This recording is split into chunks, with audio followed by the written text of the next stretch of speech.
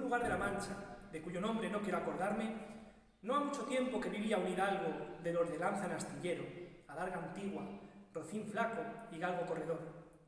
Una olla de algo más vaca que carnero, salpicón las más noches, duelos y quebranto los sábados, lenteja los viernes, algún palomino de añadidura los domingos, consumían las 3 partes de su hacienda.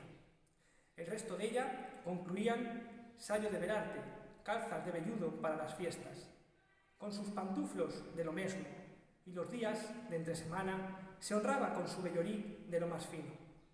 Tenía en su casa una ama que pasaba de los 40, y una sobrina que no llegaba a los 20, y un mozo de campo y plaza que así ensillaba el rocín como tomaba la podadera.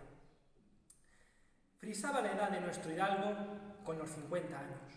Era de complexión recia, seco de carnes, enjuto de rostro, gran madrugador y amigo de la caza.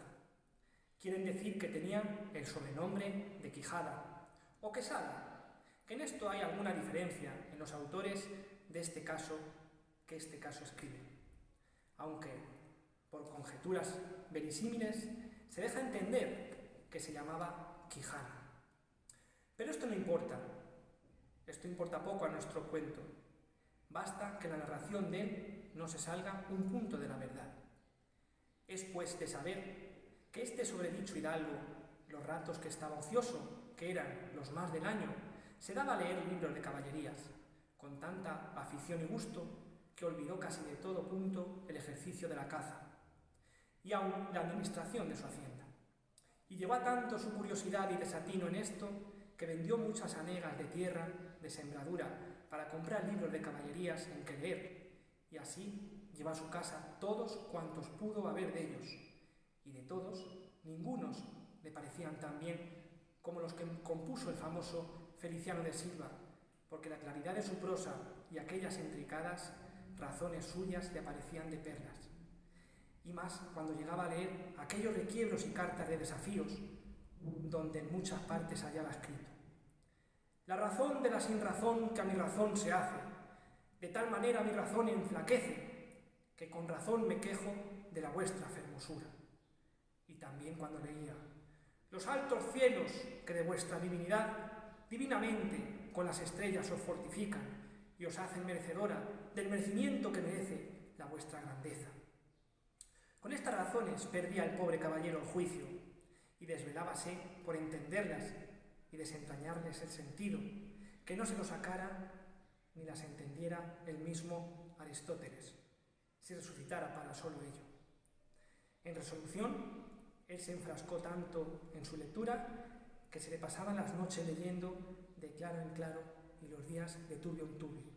Y así, del poco dormir y del mucho leer, se le secó el cerebro, de manera que vino a perder el juicio.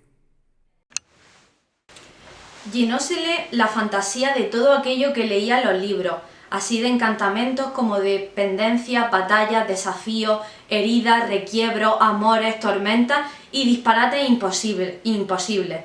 Y asentósele de tal modo en la imaginación que era verdad toda aquella máquina de aquellas soñadas invenciones que leía, que para él no había otra historia más cierta en el mundo.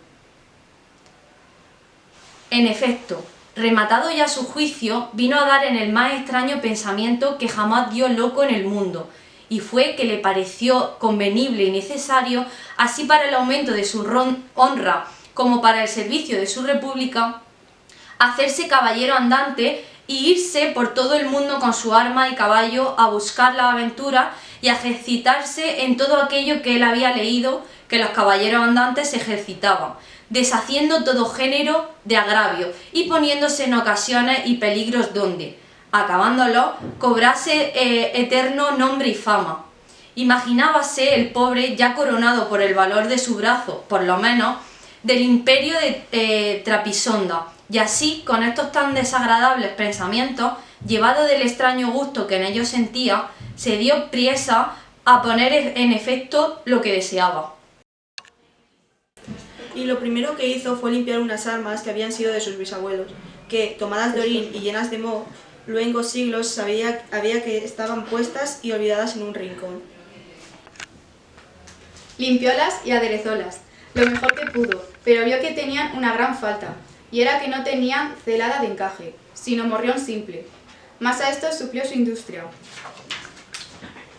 porque de cartones hizo un modo de media celada, encajada con el morrión. Hacían una apariencia de celada entera.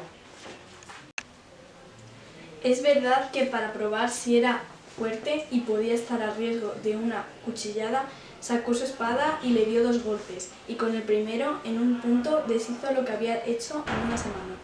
Y no dejó de parecerle mal la facilidad con la que había hecho pedazos, y por asegurarse de este peligro, la tornó a hacer de nuevo, poniéndole unas barras de hierro por dentro, de tal manera que él quedó satisfecho de su fortaleza, y sin querer hacer una nueva experiencia de ella, la diputó, y tuvo por celada finísima de encaje.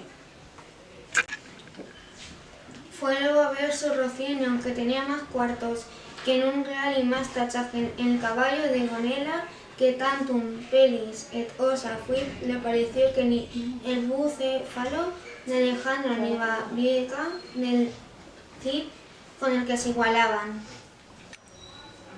4 días se le pasaron en imaginar qué nombre le pondría, y así después de muchos nombres que formó, borró y quitó, añadió, deshizo y tornó a hacer en su memoria e imaginación. Al fin le vino a llamar Rocinante, nombre a su parecer alto, sonoro y significativo de lo que había sido cuando fue Rocín, antes de lo que ahora era, que era antes y primero de todos los rocines del mundo.